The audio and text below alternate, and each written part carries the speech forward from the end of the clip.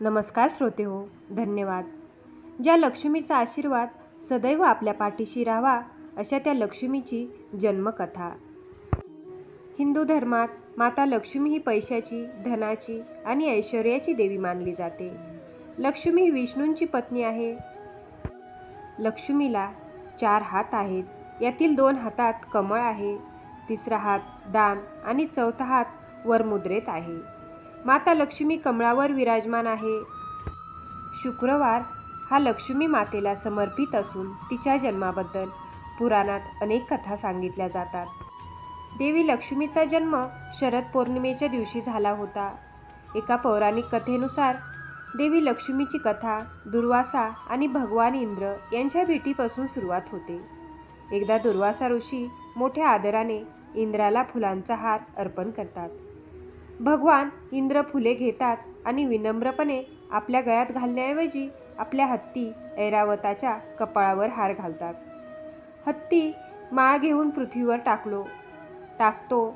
आपल्या दानाचा हा अनादर बघून दुर्वासांना राग येतो आणि दुर्वासा भगवान इंद्राला शाप देतात की ज्याप्रमाणे त्यांनी आपल्या अतिअभिमानाने ती माळ जमिनीवर टाकून नष्ट केली, त्याचप्रमाणे त्यांचे राज्यही नष्ट होईल.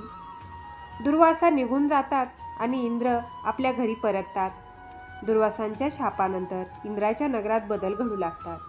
देव आणि लोक त्यांची शक्ती आणि ऊर्जा गमावतात. सर्व वनस्पतीजन्य पदार्थ आणि वनस्पती मरण्यास सुरुवात करतात.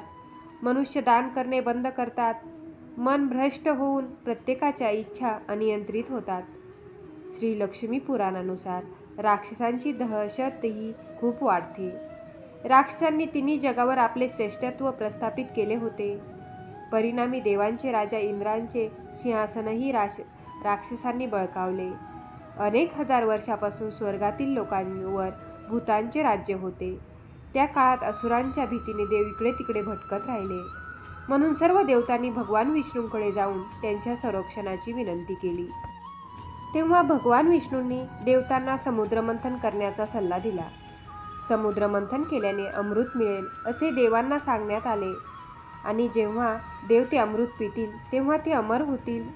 मग ते राक्षसांशी लढून त्यांचा पराभव करू शकतात आणि त्यांचे वर्चस्व पुन्हा प्रस्थापित करू शकतात. त्यामुळे भगवान विष्णूंच्या आज्ञेनुसार सर्व देवांनी दानवांसह दुग्धसागर मंथन सुरू केले. त्यामुळे समुद्र मंथनातून 14 रत्ने प्राप्त झाली. अमृत आणि विषासोबतच माता लक्ष्मी ही रत्नाच्या रूपात अवतरली होती. नंतर भगवान विष्णूंनी त्यांचा अर्धांगिनी म्हणून स्वीकार केला. अशा ह्या माता लक्ष्मीचा शास्त्रानुसार देवी लक्ष्मीचा जन्म शरद पौर्णिमेच्या दिवशी झाला होता. धन्यवाद. ही देवी सर्वगुण संपन्न असल्यामुळे तिला महालक्ष्मी, माता लक्ष्मी म्हणतात. तिला 2 भाऊ, धाता आणि विधाता आणि 1 बहीण लक्ष्मी होती.